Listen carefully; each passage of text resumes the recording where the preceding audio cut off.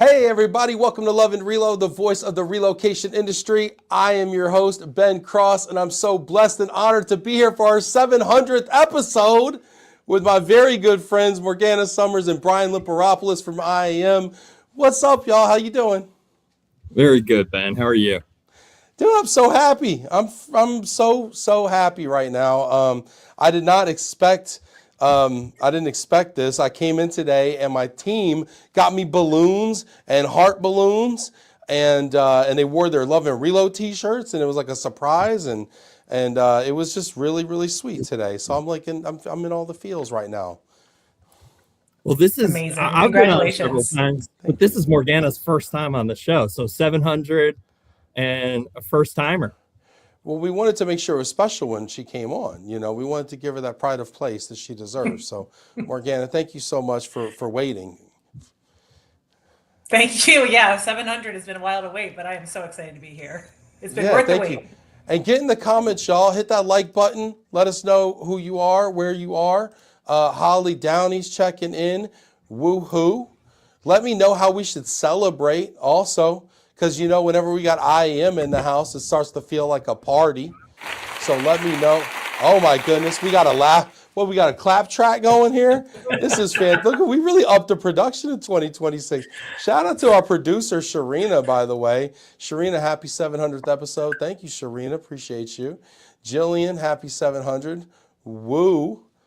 Woo! There we go. I tried it. Okay. Get in the comments, y'all. We're going to be talking about a lot of stuff today. We're going to be talking about, we spoke about the IAM conference. We're going to give you a little teaser about that. We're going to be talking about some of the DoD updates, the largest customer in the relocation industry. We're always going to check in and see what's going on there because when they, what is it? When they sneeze, everyone gets a cold. I don't know, something like that. Something like that. We're going to be talking about they've been sneezing a lot. We're going to be talking about the Global Moving Foundation, and we're going to be talking about I Am Trusted, because I think that is going to be particularly valuable for our relocation friends out there and what that's all about. But as we kind of kick off, get in the comments, y'all. I want to hear from you. What's up, Daisy? I see you. Daisy's already got the Prosecco on ice over here at HQ. Nice. Yeah. Verena checking in, stepping it up for the 700th episode. Thank you, Verena. I appreciate you noticing. Thank you very much. Tag people that should be here right now. I see Ben Shiner, lucky number 7, Sandra Clary checking in, Janet Turner, Sheila Benavides. Look at this, Jack Jampel. Look at this. You know, tag some people here. But real quick, while people are tapping in Awesome. with us, Brian, you want to tell us real quick, you know, just about IAM and just for the people who may not know about IAM, real quick. Yeah, I think many know who IAM is, and we've had an opportunity over one or several of those 700 shows to kind of share who we are. But just very shortly, very briefly, International Association of Movers, 2,200 moving company and supplier members worldwide. Our supply chain spans more than 170 countries. So that is, kind of the unique selling point of IAM is the length and breadth of our worldwide network. And I think what we'll be talking about today is some of the places where we're really investing in strengthening that and building that worldwide supply chain for the benefit of all moving customers. We also play a very active role in DoD advocacy, as Ben said, our industry's largest customer. So, been around since 1962. Wasn't always 64 called years. IAM though, was it? Yeah, we might get into some more acronyms today, Ben, but we used to be the Household Good Forwarders Association of America, the HUGFA. Really quick story. When I was getting into the industry, I went to a training somewhere and people said I was going to Household Good Forwarders. I was going to the Forwarders Conference. This was 2008 before IAM changed their name. And I was like, what the hell is the Forwarders Conference? Well, the following year I got a job there, and the following year we changed our name as well. So IAM is slightly easier to say than HUGFA, thankfully. I think the biggest misnomer or misconception also, what's up, Richard? I see you over there in London. I think one of the biggest misconceptions too is that it's just for movers. Because when I go to the IAM conference, I see relocation management companies there. I see, DSPs, or moving companies that own DSP companies. There's a lot going on there, and there's a lot of interdependent kind of angles to it all. And I think that people ask me, like, should I go to IAM? Should I go to? And in my question is like, hey, if you got a question about it, you should definitely check it out. You should go at least go once and see if it's for you, because I guarantee you're going to find an angle there that's for you in an area where you can grow your business and grow your network. So I highly, highly recommend it. It was one of my first conferences that I really went to when I got, when I became an outside salesperson in this industry. And Brian's nodding, knowingly, because he remembers the dance floors were a little bit cooler back then when I was, in the middle, me, Thomas Bailey, little Tony Valentine, back before Brian was so serious, and we would get out there, we'd kill it, yeah, you remember what it was. We'd smash it, Mel Smith. Tony Valentine's the name I had kind of forgotten about a little bit. The Crown in Hawaii, right? Yeah. And so we get out there, have a good time. But so I highly recommend IAM to anybody that's, if you're on the fence and you're not sure. Also, I'm really curious about IAM Trusted and how that's going to play into these other kind of service verticals. So can we hop into that before we get into the DoD updates and the conference stuff and the Global Moving Foundation and talk a little bit about IAM Trusted? Yeah, absolutely, Ben. I think Morgana, maybe I can kind of give a little history and then throw it over to you to kind of, share kind of the innovation. And so, for us, I talked about the network, and, we're thinking really hard about how we serve the customer base. IAM traditionally has been a business to business network, and I think we're really leaning into that. But what more can we be doing? And so, several years ago, we started validating our companies. Every single credential that our companies advertise, we're making sure it's validated and checked on our mobility exchange directory. So I think that was a step forward. Then we introduced our learning program and starting to build out different courses that help our members do their job better. And this was all kind of layering on to the next step, which is trusted. And this is where I want to throw it over to Morgana. Morgana's had close to 2 decades of experience in the industry, working for some pretty prominent companies, and kind of really has sat at the forefront of what those customers are looking for with the RFPs, and then translating it into kind of the operational reality for those companies. So Morgana, talk to us about, okay, what's the next step with Trusted? What are we doing there? Yeah, I mean, I think what, you and Ben were painting the picture, which is so true. IAM is an inclusive membership, right? So you can find movers, you can find suppliers. Everybody is there, and we are collaborating together. And it's always been a very business to business focused association, right? Where it's movers helping out other movers, whether it's, from Texas to Florida where I'm at, or if it's from, Texas to Paris, France. And the landscape is just changing right now in the industry. How people procure moves is changing. The amount of moves, the size of moves, talking about DoD, that's been up and down and all over the place the last couple of years, but we're seeing the same trends in corporate.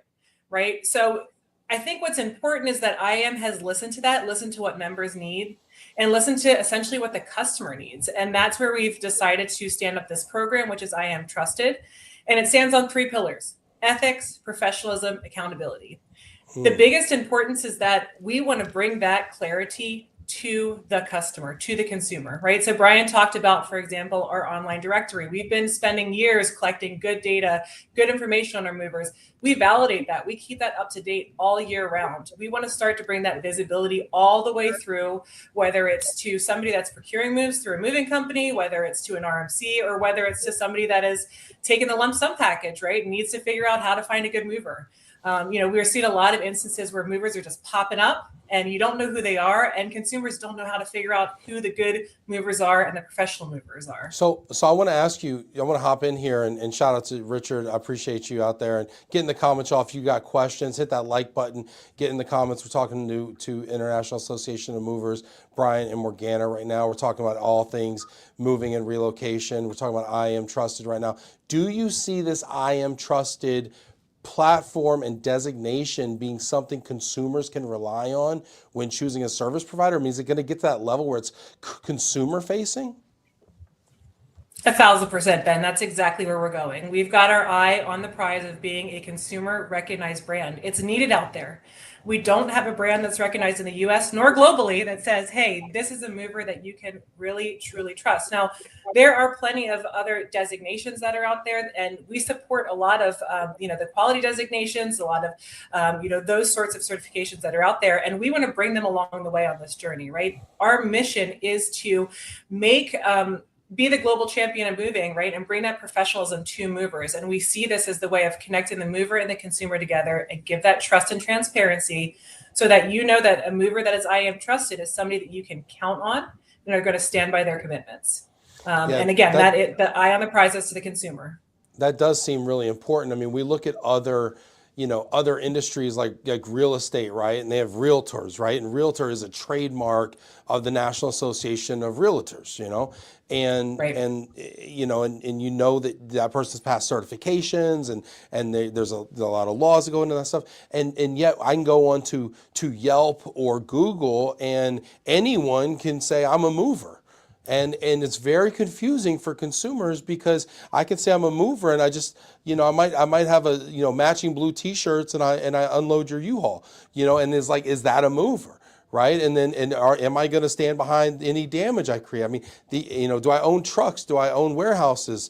Am I financially sound? Am I criminally background checked? I mean, there's so many, elements and nuances to this that I think are important. I didn't even talk about training. I mean, you mentioned training before too.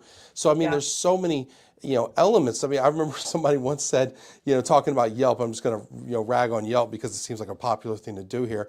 And it's like, I can go on Yelp and McDonald's can have 4 stars and the steakhouse can have 4 stars. Are they the same experience? No, they're not. They're both restaurants, right? But it's like, it's not, a 4-star experience across the board. And it's like, so how do we get there though? I guess is my question to you guys. Yeah, I mean, technology is a big part of it, right? Like if you look at AI and look at that traditional thing that we've kind of been growing up on in our generation, which is going to Google and looking for reviews or going on Amazon looking for reviews. We've all seen that those reviews are not reliable, right? Yeah. Either they're skewed from an extreme great to an extreme negative. They're paid for, you just kind of don't know what you're getting. AI and technology is changing that.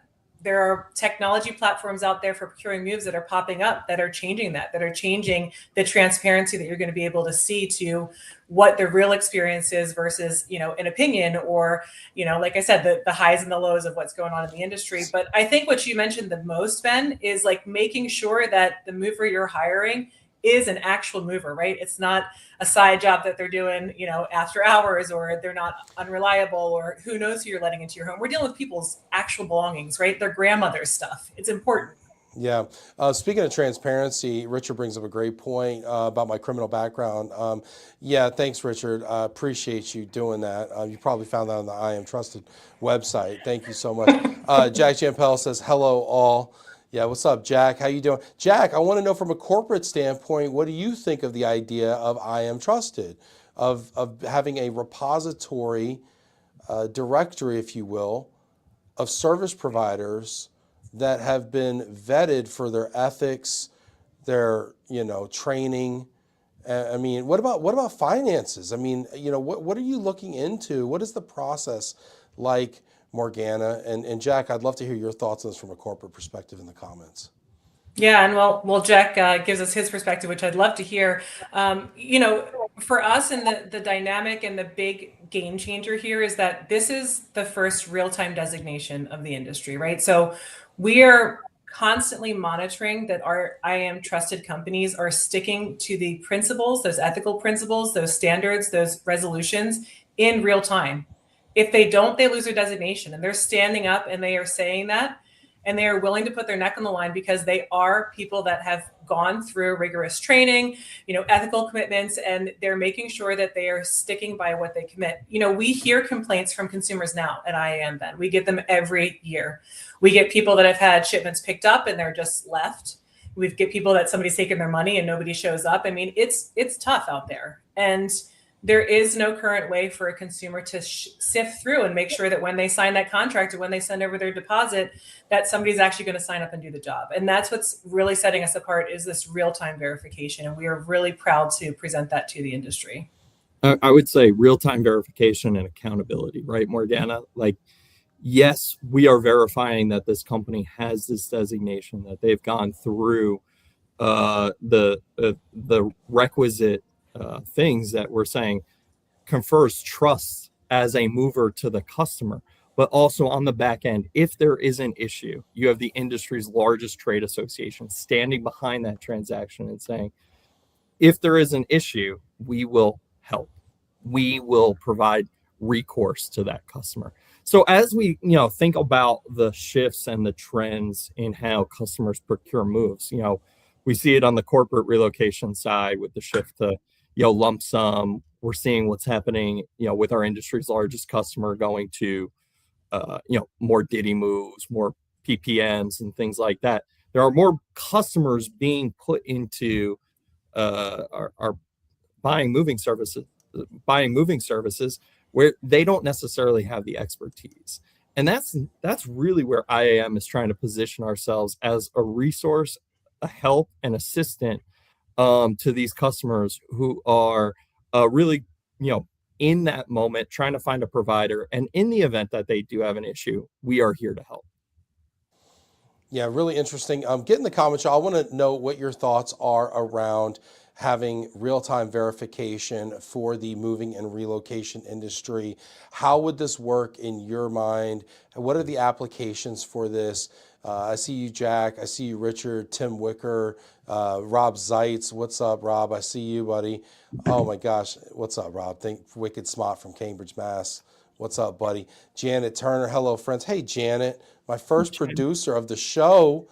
Janet, this is like when you go back to school and you find your old, your teacher that, really like believed in you when you were just like a snot-nosed kid and, couldn't even tie your shoes, and she like really believed in you, that's Janet, Thank you, Janet. I appreciate you. Let's see here. Tim Wicker says, trusted is such a good selling point to the consumer as a means of circumventing bad actors. Yeah, but how... This feels like boiling the ocean to me. How do you get consumers to know about the I Am Trusted, brand, logo, standard, if you will, when they're not moving but every, 4 years or whatever it is? How do we socialize this in a way and advertise this? Morgana, you want to take that one or you want me to?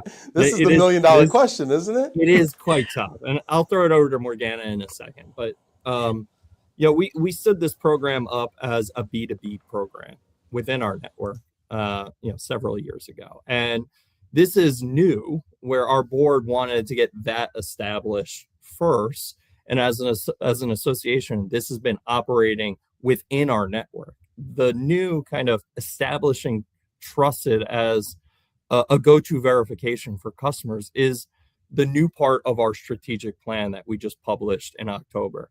So we've been thinking very hard over the past few months about how do we achieve that. And as you said, Ben, it is a bit of a big, hairy, audacious goal, but we're moving forward. And I'll throw it over to Morgana to talk about how some of the tactics and strategies we're using to go in that direction. Absolutely. I mean, it's 1 foot at a time. I mean, first of all, we are talking trust and transparency. We're going to talk the talk. We got to walk the walk, right? So step number 1 is, doing things like being on your 700th show today. It's getting out there, educating the industry, right? I mean, now everyone's going to know about it. So, I mean, that's kind of a softball. Wall-to-wall Our job is done.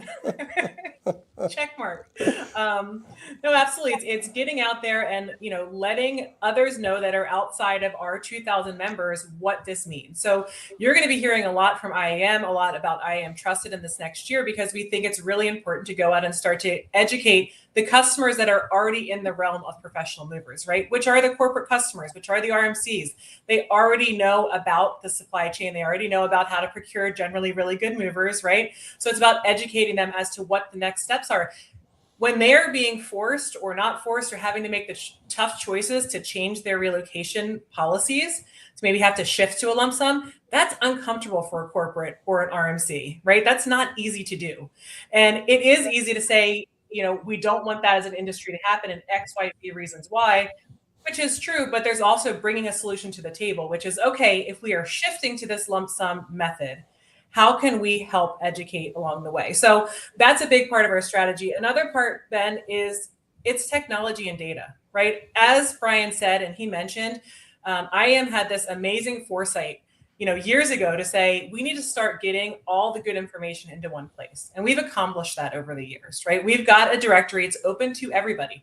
Anybody can go on there. Actually, we do have consumers that stumble across it now, right, to find it. So the next part is about how do we start to get that directory in front of the consumer, right? And that's going to take a lot of data sharing, a lot of data exchange. But in this day and age, that's something that can actually be accomplished because we've got the foundation of that information that is verifiable. So our goal in our directory is to become the single source of truth for movers, right? And that's really where we want to go with. I could totally see, and we're going to get to the comments because they're really on fire, and some are better than others. But anyway, get in there, y'all, and share your thoughts. I mean, this is an open platform. You get what you pay for. Anyway, I would say what's interesting though, now that everyone's relying on, it used to be really hard to get on the first page of Google, right? And you have to buy your way on, or you'd have to have a lot of domain authority built up over time, et cetera, et cetera. But now, since everyone's going to Gemini and ChatGPT and things like that, and they are looking for who's the best mover in Alexandria or whatever, right? They're relying on different types of sources for information. They're relying on Reddit, for instance, right? Which is kind of interesting. I can totally see them relying on the I Am Trusted website for this information because it has the most domain authority, And so it's I feel like that would be a I don't say a small thing, but kind of a small thing with a big impact to say, does ChatGPT, does Gemini, does Claude, whatever, point to I Am Trusted for its movers, right? And if so, I think immediately, boom, you're querying our database now. And now the key thing is if it's not behind if it's open, if it's not behind a paywall, right? So they can actually scan it, right? And get into exactly. And it is open right now. And, we had the kind of thought and epiphany. It's how do you shop right now for clothes, for your groceries, for whatever? We are an age of digital shoppers, right? That's not going to go back to an age of being, a yellow pages or a, call.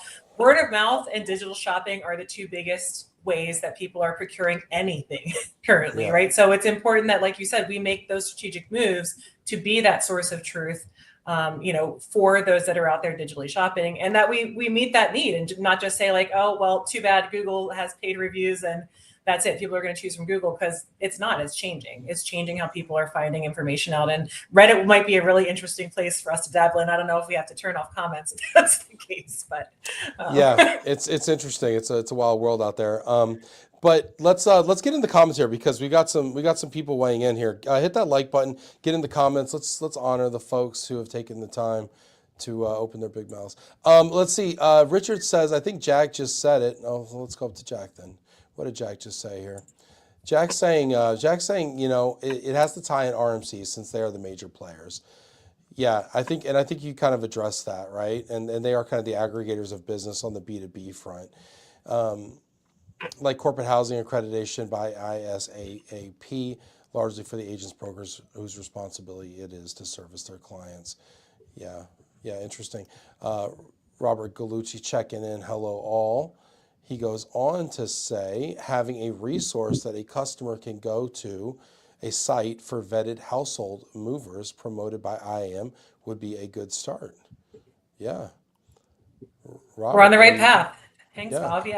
Yeah. Bob, is your company on the IAM Trusted website? You may go check it out right now and see. Verena I think says, we should throw Mobility Exchange in the chat if we can. Can we do that, Mobility Exchange? It's Serena, mobilityex.com, and you can search for trusted moving companies there. I can drop it in the chat as well. But you can kind of see the specific companies we are cataloging there, and get a sense. But I think where we're at, and I just want to emphasize this just to set expectations, is this is, again, transitioning this to a a B2C designation is kind of where we're focused. And I'm not sure if that will come through as a link, but that will give you a sense on what it looks like right now. But we are building out a customer website right now to really address those things. Jack's got a question. We keep saying the customer. Who is the customer? Great question. Do you know how many times we've had that same conversation in the last couple of months, Jack? You're right there. We have identified the customer as any individual or company that is procuring moving services. So in some cases, that might be a direct corporate, right? That could be somebody in procurement that you're working with, or somebody in HR that you're working with. It could be through an RMC, right? That an RMC is procuring moving services through their contracts. Yeah, whoever's wallet it is. I saw whoever's that. Paying the That's bill, exactly right? Whoever's paying the bill, right? Or it could be, Ben, if you're planning on moving, right? It could be you that you're not going to go through I never pay. your corporate. Don't do it. Right? Nope. Never pay. There In you go. kind. In kind. In kind donation. So it's whoever is procuring moving services, and I think that's what has really widened our lens, because we had a lot of philosophical conversations about that, because a lot of who our movers are dealing with is the corporate or the RMC, right? But there's another layer beyond that, and if you can make the end consumer understand the value of a professional mover, then that will go all the way through the corporates, the RMCs, right? And vice versa. So we are taking a multi-pronged approach to make sure that the consumer and the customer is educated, and we identify the customer as anybody procuring moving services. And if they're paying. So Ben, I guess if you're not paying, then you might not be considered in that. Nope, just an influencer. Yeah, just an influencer. There you go. No, but thank you, Mark, for getting in there with the link as well. Appreciate it. Yeah, no, but Jack's point is also valid, because it defines the use case, right, and how people purchase, right? And sometimes the problem is RMCs are too savvy, maybe too savvy for their own good. Maybe they think they know everything, and they don't change enough, right? And they don't inspect what they know and say, is this still valid? Are these movers still the best? Are they still financially stable? Are they still ethical? Are they still owned by the people we thought they were owned by when we contracted with them 20 years ago, or managed by the same people that they were managed with? I mean, because things do change. I mean, how many times have we, Jack, seen big name brands, household names, quote unquote, in our business go out of business, fold, something happen, go into receivership or whatever over the last 20 years, Jack, that you've been in this business, right? It happens, and people that you think are, safe and secure, aren't, which is they are, but I mean, sometimes aren't, right? And, you get stuck holding $100,000, $200,000, $500,000 receivable, which is another reason I love IAM, because of the RPP. You down with RPP? Yeah, you know me. You know me, right? So it's like, I think that's another thing that's really key too. What were you gonna say, Brian? Well, yeah, I just want to pull back a little bit, and we're thinking, Morgana's hit on it, but we're thinking deeply about what role should an association play in this next phase of how consumers search for and procure services. It's not just moving; it's everything, right? And we discussed it just briefly a little bit, but the value of the data that we collect and validate is really important. And Ben, you're hitting on it, where it's this customer may only move once every 4 years. Having that association, that organization stand behind that with that mark and say, this mover has been vetted, they've voluntarily agreed to abide by this set of conditions, is a really powerful statement to a customer. And I take what Jack is saying about who the customer is, but again, there's multiple different types of customers. It's a very fragmented, going from different phases of the business and different sectors of the business, that customer changes. But at the end of the day, it's that family or that person who is leaving their home and doesn't know much about moving. We want to support them and be a resource, because ultimately, if we can be there to help that family in that moment either select or provide recourse in the event that something does happen, we have, I think, created more reputational value for our members and served their customers in a better way. So that's really our focus here. Yeah, really interesting. We got a couple other comments here. Get in the comments, y'all. Jack came for the lump sum talk. He loves when I'm forced to talk about lump sums. Why is that? In a non-disparaging way. Well, honestly, because, listen, we've been doing this 700 episodes, right? Yeah. And what's funny about 700 episodes and doing this 6 years, I've been doing this 6 years, okay? Wow. Yep. And I was real heavy anti-lump sum early days. I was very principled in my early days. I kind of sold out. I'll be honest with you. Last couple of years, kind of sold out. Anyway, I was very principled, right? Very anti-lump sum, And then I became an employer, right? And then I ended up giving, a lady a lump sum to move here. It's fine. We don't talk about that. We don't talk about that. Anyway,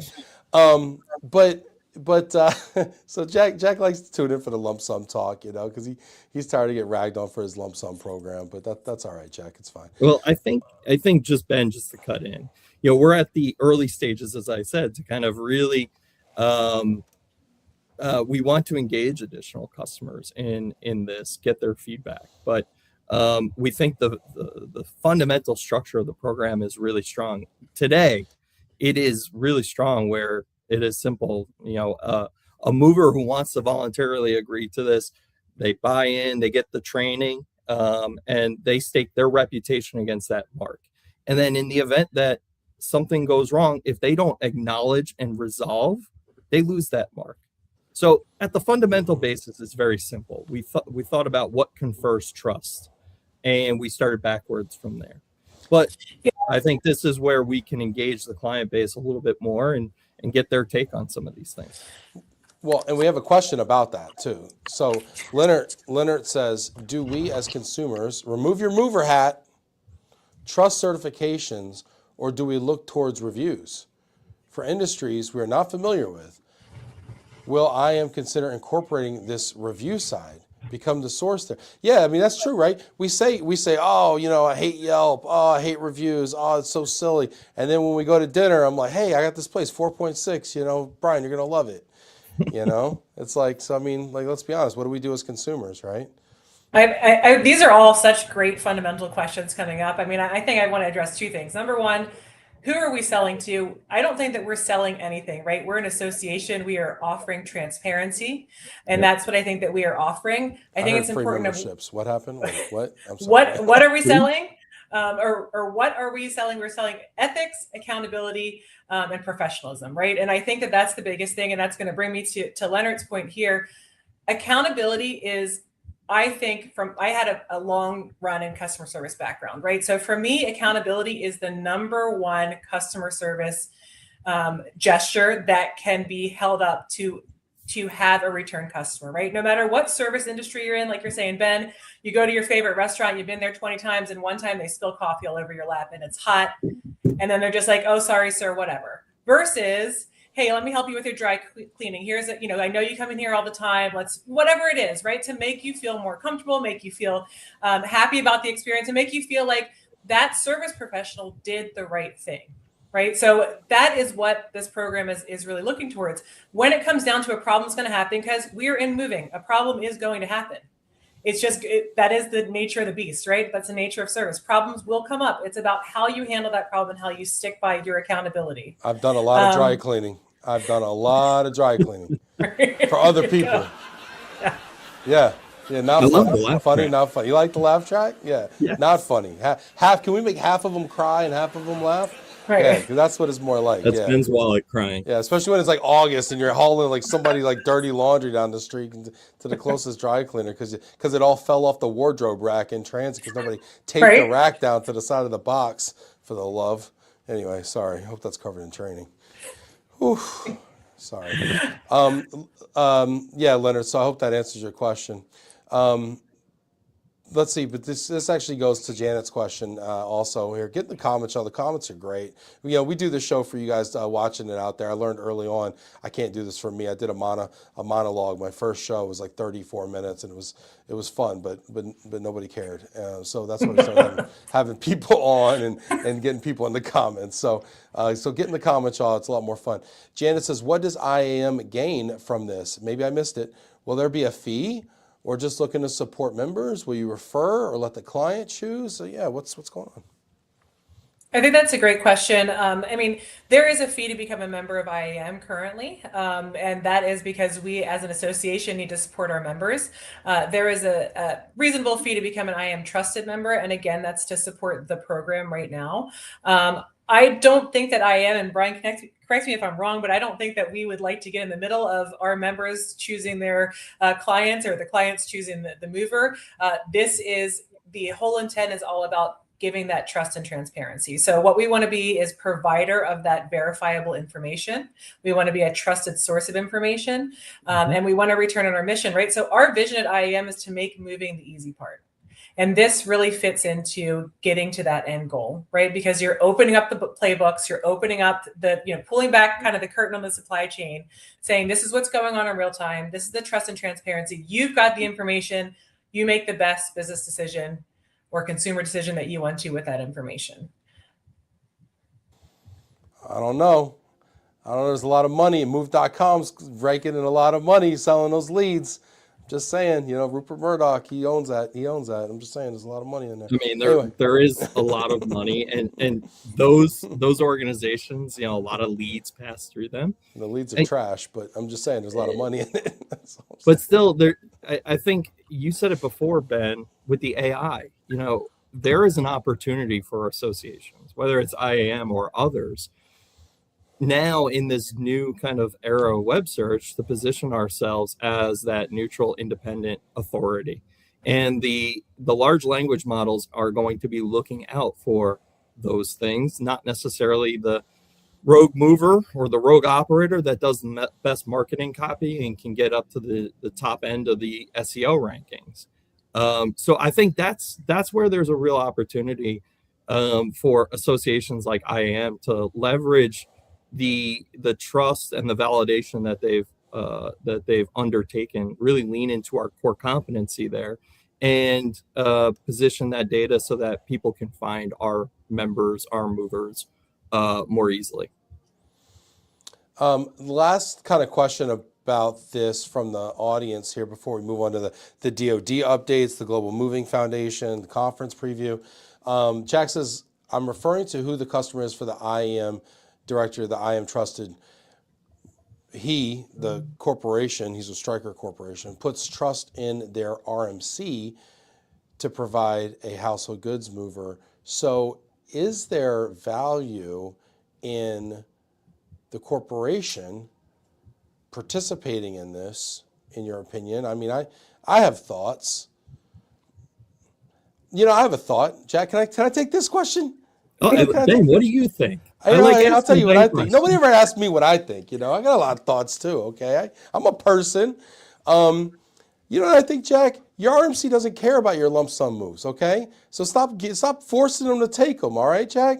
So why don't you take those lump sum moves that are just a problem? Okay, and why don't you say, here, go to the IAM trusted. Here's your 10 grand. Okay, grossed up, hopefully, Jack, do the right thing.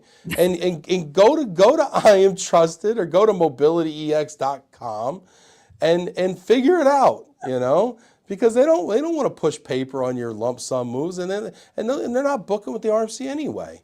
So you might as well send them over to the mobilityex.com. That's what I think, Jack. What do you think about that, Jack? You like apples, Jack? What do you think about them apples? Huh? Let me just chime in there real quick. I think if you are engaged with an RMC, that's what an RMC, that's part of their package, right? They're telling you, I'm selling you a worry-free package. I'm going to take care of everything. You just sit back and let me take care of everything. And I think our message is the same to RMC as it is to a corporate. We are giving you the information you need to make your program successful. That's a much more politically correct, I think, answer than yours, Ben. But, well, somebody's getting paid to be here and somebody's not. That's the difference. Anyway.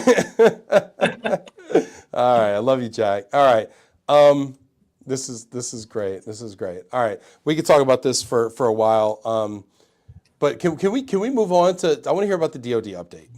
Can we talk a little bit DoD because that is the biggest customer in moving, in relocation. What they do changes the game for everybody else. So what are they doing right now?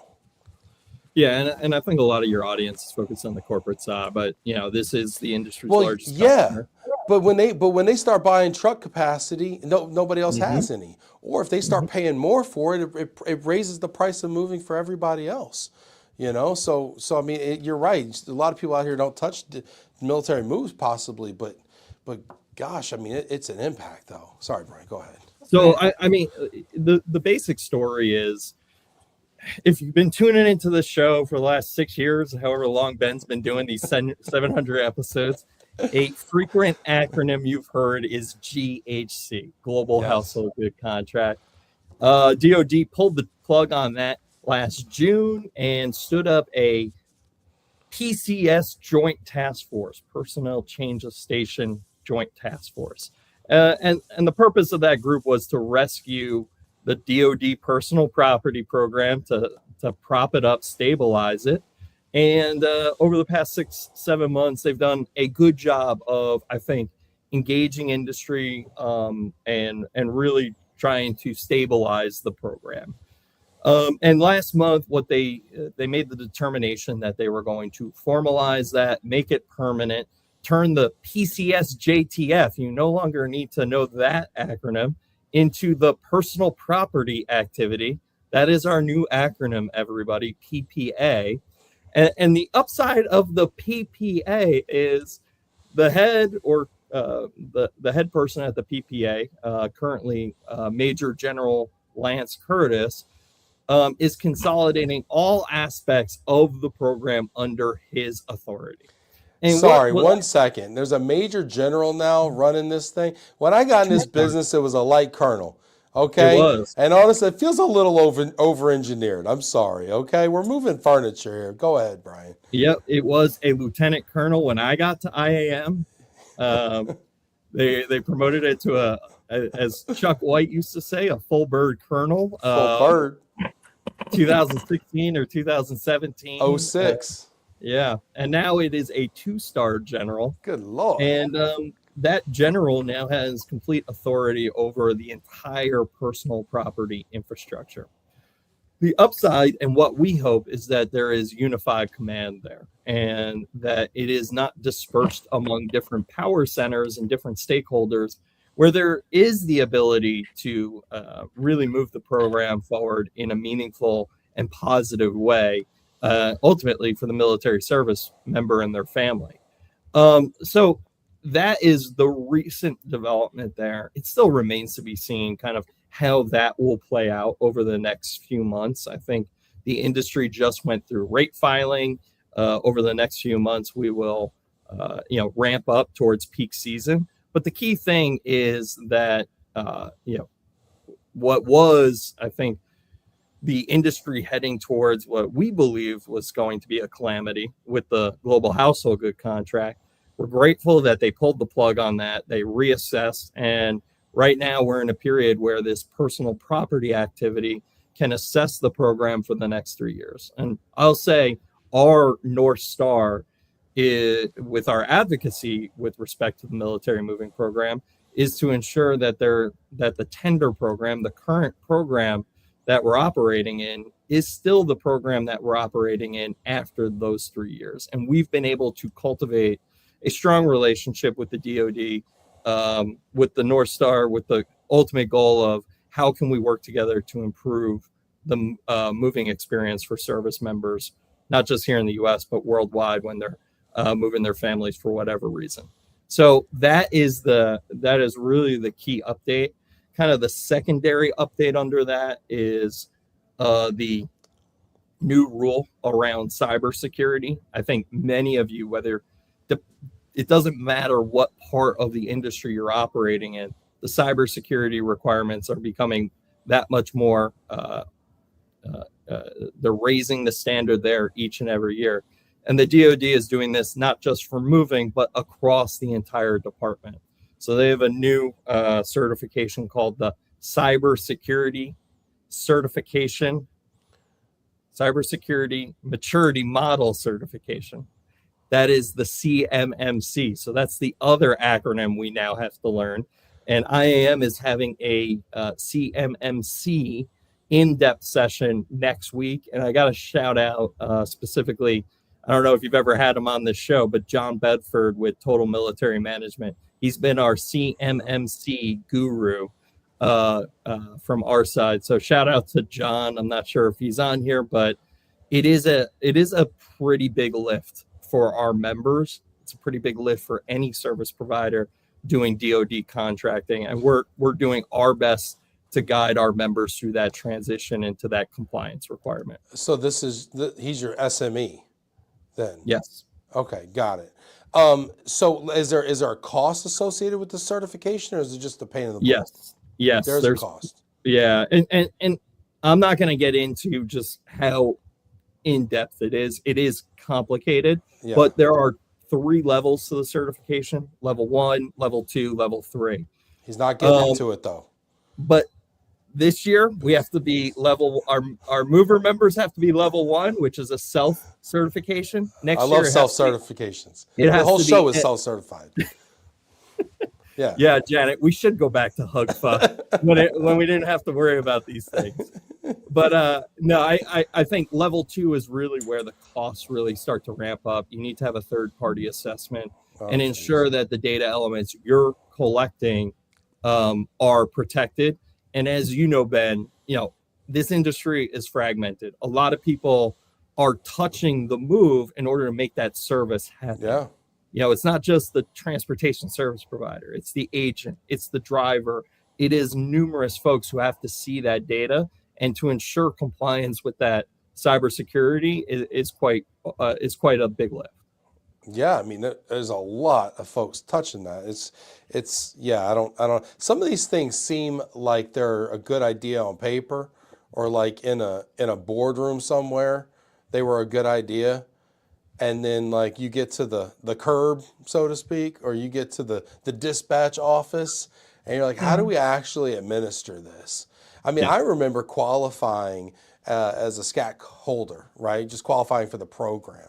And I thought that was pretty onerous. I remember qualifying warehouses and having to make sure, the pallets were 4 inches off the ground, and the trash cans were metal, and there were signs, there's maps above the doors, and there, I thought that was hard.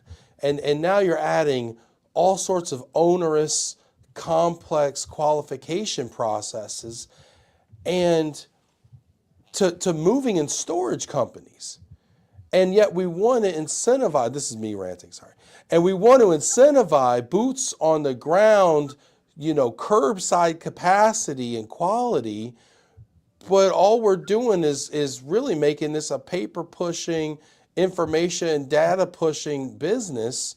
And it's really not conducive to folks who are running a men in trucks business out there. It's like, if we're really trying to, make this about movers, you can't help but run this with a whole bunch of intermediaries and third parties that know how to navigate these complex requirements.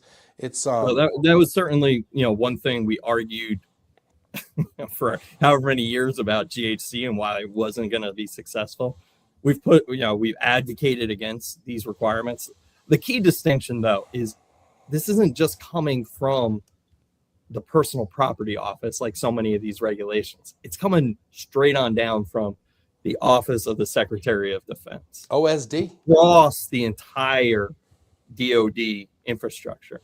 So that's where it becomes a little bit more challenging. It's because, there are, at least stated, cybersecurity threats from foreign actors that DoD is trying to protect that information. I understand that on the face of it. When it meets the practical operational realities that our members have to deal with, there aren't really good answers for how we can comply. I think we have bigger susceptibilities than used furniture, but whatever. Who am I? It's just my 700th episode. All right, I'm just saying. I got a lot of belt buckles here. That's all I'm saying. This is fun. This is great. This is a lot of fun. So basically, the update is no change, but a lot of change coming down the pipe from a compliance standpoint. But the program is still kind of maintaining kind of where it was. It's kind of what it was, right?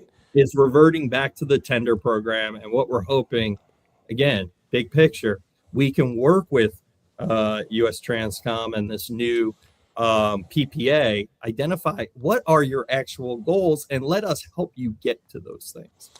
Do we So that's really anticipate a lot more? Do we anticipate a lot more social media videos from Pete Hegseth regarding moving, possibly coming up this year? I don't know. Can we look forward to that? Maybe. I looked at that and I knew I had to invest in my hair and makeup budget here at IAM. Making me feel bad. That guy, you know, jeez, golly. Yeah. His first video he ever did on moving, and it's better than my 700th video.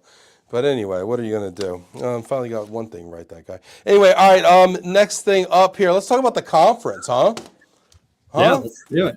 Let's talk about the conference. When's the conference this year? The biggest party in global mobility. That's what we're calling it, right? Yeah, October 21 through the 24th in beautiful San Diego, California. Ben, I know you've been to the Manchester Grand Hyatt. You know, I got shipwrecked at the Manchester Grand Hyatt. I was at the Manchester Grand Hyatt. There's so many questions when you say I got shipwrecked there. I got marooned. I was marooned. I was. This was 2015 or 16, the last time 15. IAM was there, right? 15? Mm-hmm. See? I'm not just a pretty face. And I was there, and an ice storm swept through the East Coast. And everybody was bugging out early to beat the storm. And I said, no, not me. Not me. I'm dedicated. Okay, I'm not leaving IAM early. I'm going to be here till the end, right? That was back when you guys had really cool entertainment stuff the final night, right? So I'm like, I'm sticking around to the very end, okay? And sure enough, my flight to Raleigh, North Carolina got canceled. I ended up having to stay for like 3 more days. I'm out of underwear. I got nothing left. I'm off the conference room block. I'm paying, I don't know, $500-600 a night, doing my laundry in my sink, like living like a homeless person in the most gorgeous hotel possible in San Diego. Yeah, I know about the Manchester Grand Hyatt. I have a lot of questions. I don't know if we have time for it. I got answers. I think I want to move on after we talked about running out of underwear. But I like that as kind of like a marketing slogan. Get shipwrecked in San Diego. San Diego.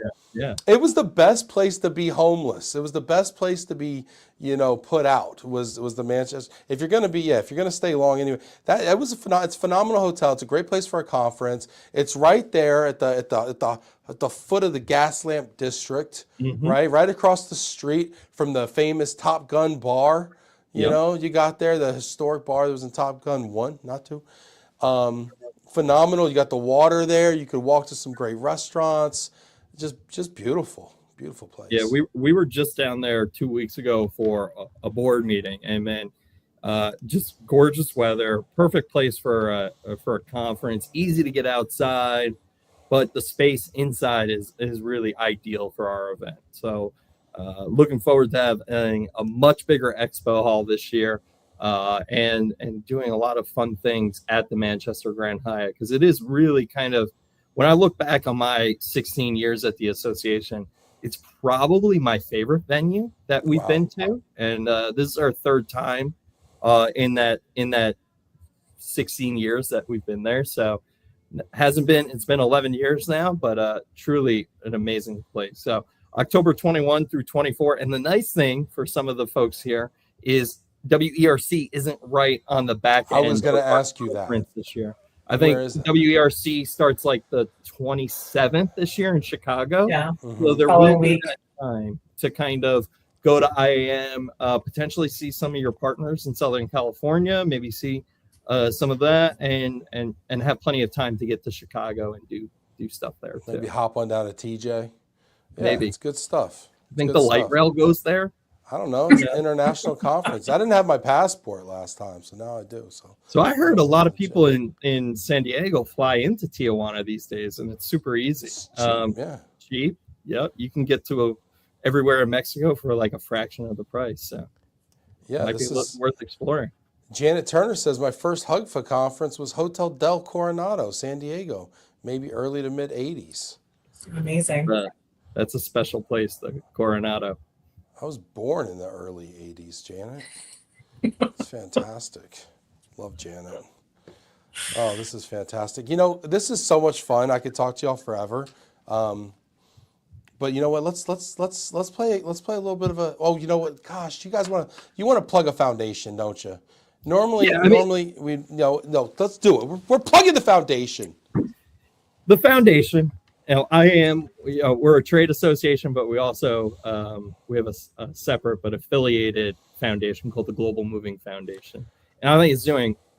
We pivoted it several years ago from just awarding scholarships for students going to college or university to making it a much broader mission to kind of advancing the professionalism of our entire industry. And that's not just the moving.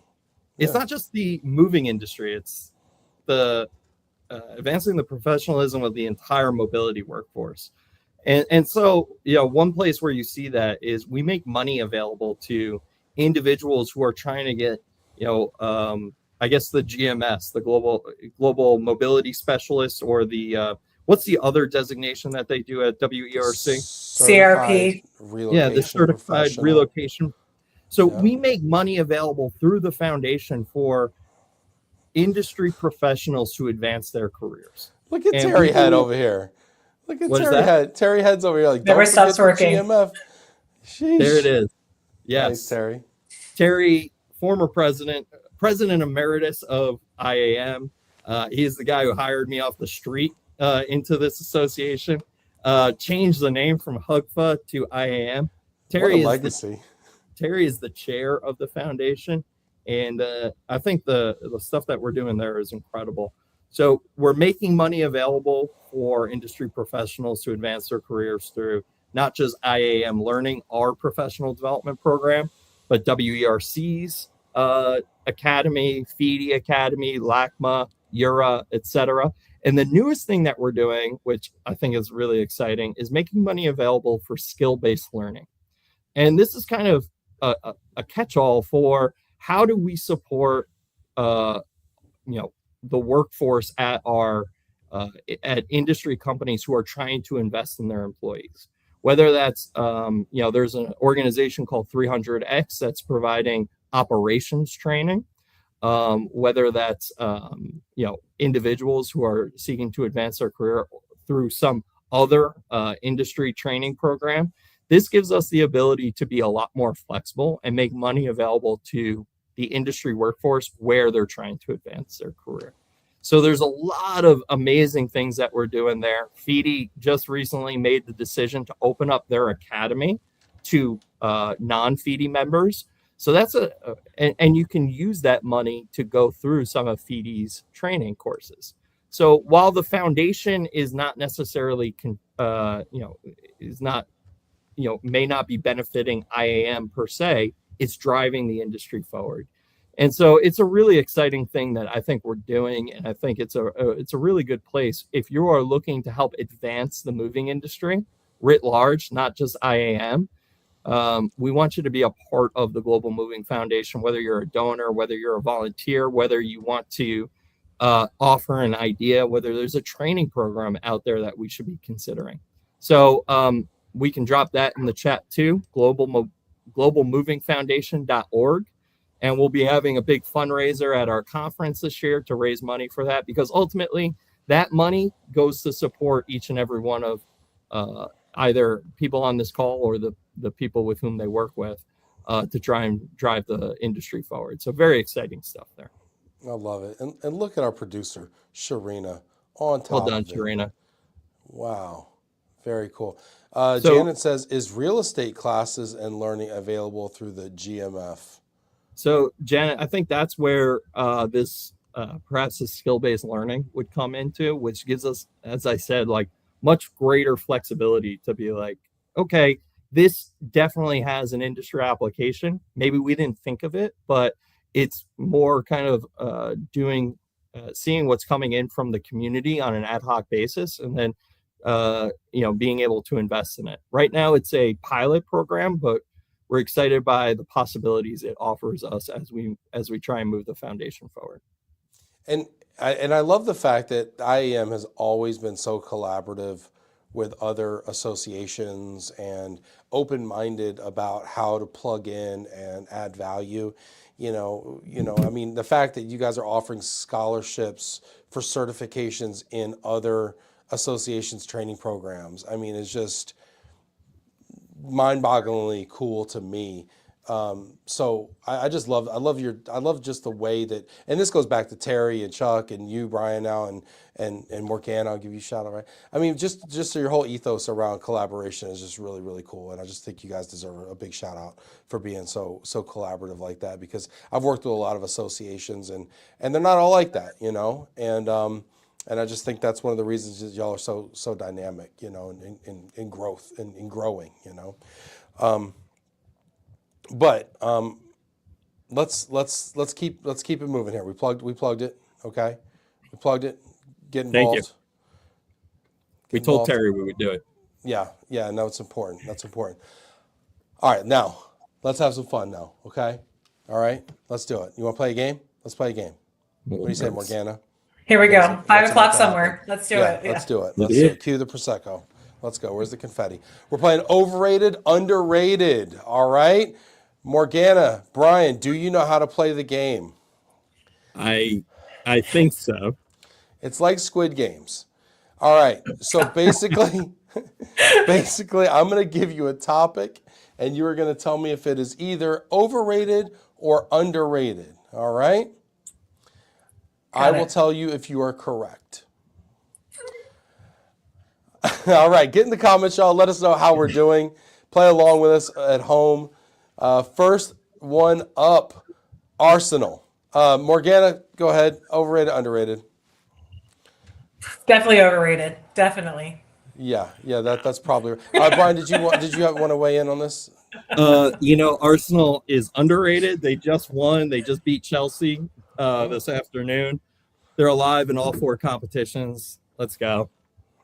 Okay. They're going to win the league this year. It's going to be great. I can't wait. I've been waiting 25, 26 years for this. They haven't won the league in 25 years? It's been I think 2003, 2004 was the last time they won the league. So, yeah, it's been a lot of heartbreak. My brother is a Liverpool supporter, and he is just the biggest troll out there. So, I really need this, guys. I really need this, guys. I like the begging. I like that Brian's usually so, stoic, kind of confident, but he's like, I need this. I really need this. That's great. I know what it's like to not win. Rob Zeiss says moving every 4 years sounds like what happens to every Dallas Cowboys head coach. Wow. There's always next year. Next year, Ben. Arsenal, I got friends that are Arsenal fans. They're all decent people. Why not? Underrated, Arsenal. All right. 1 point for Brian. All right, next one up. Overrated, underrated, San Diego. Definitely underrated. Definitely underrated.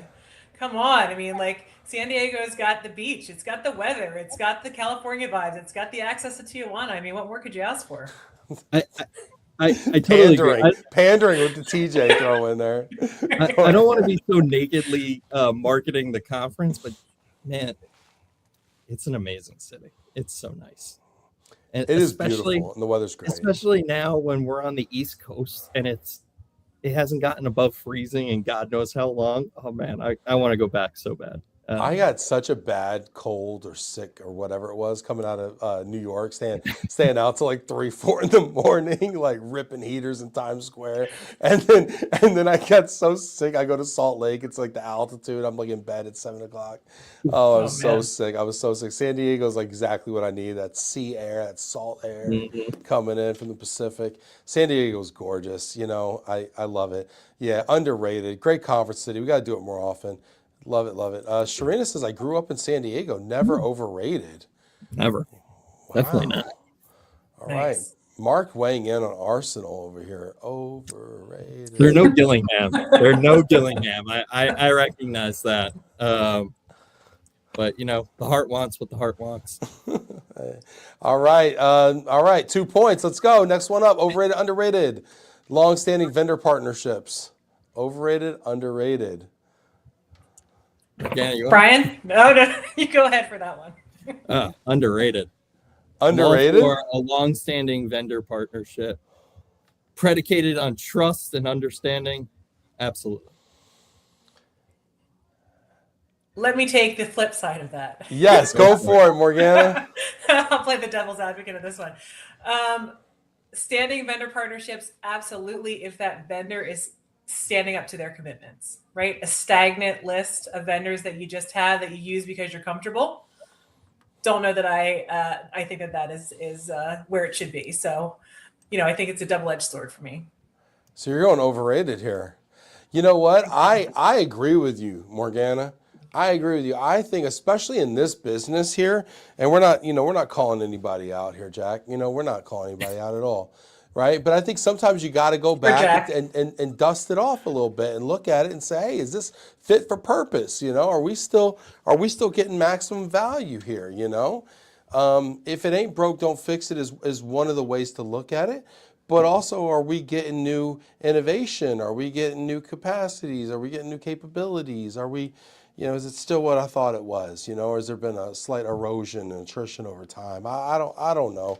I think this is an opportunity with a wonderful IAM trusted directory out there and some good vetting, to take a look and say, hey, we've got a nice curated resource here that we can look at for some new partnerships. So I don't know. Let's see. Janet says underrated. No points for Janet. Let's see. Ariel says my kids are snow tubing to the end of the driveway to pick up my Amazon packages. San Diego sounds amazing right now. That actually sounds pretty fun. I know, right? Love it. All right. 1 point for Morgana. This is interesting. I think we're tied. All right. Overrated, underrated. All movers are the same. It's a softball for you guys. All right, Morgana, you go first this time. I mean, obviously that one's overrated. All movers are certainly not the same. There is such a spectrum of movers and such a spectrum of capabilities. So, yeah, absolutely. Gotta agree with that one. That is pretty straightforward. What a throwaway. All right, next one up. Overrated, underrated. Real-time accountability. That is absolutely underrated, and it has been up until now inaccessible. So I am happy to see that is becoming part of everyday procurement. Let's go. It's right? Underrated. I mean, we need something more controversial here. This is a slam dunk here. Underrated all the way. All right, we have to do a tiebreaker here. Overrated, underrated. Let me think, Sharina. The 49ers. Overrated, underrated. Morgana, you first. Oh, man. I'm not a big football watcher, Ben. You'll be fine. Go for it. 49ers are overrated. You're correct. Wow, 1 point for Morgana. The ball's in your court there, Brian. I don't think there's any way for me to win this one, but I'm going to say underrated. Kyle Shanahan did a great job this year, but I know where Ben's going. He's not. He did do a nice Russian job. Judge here.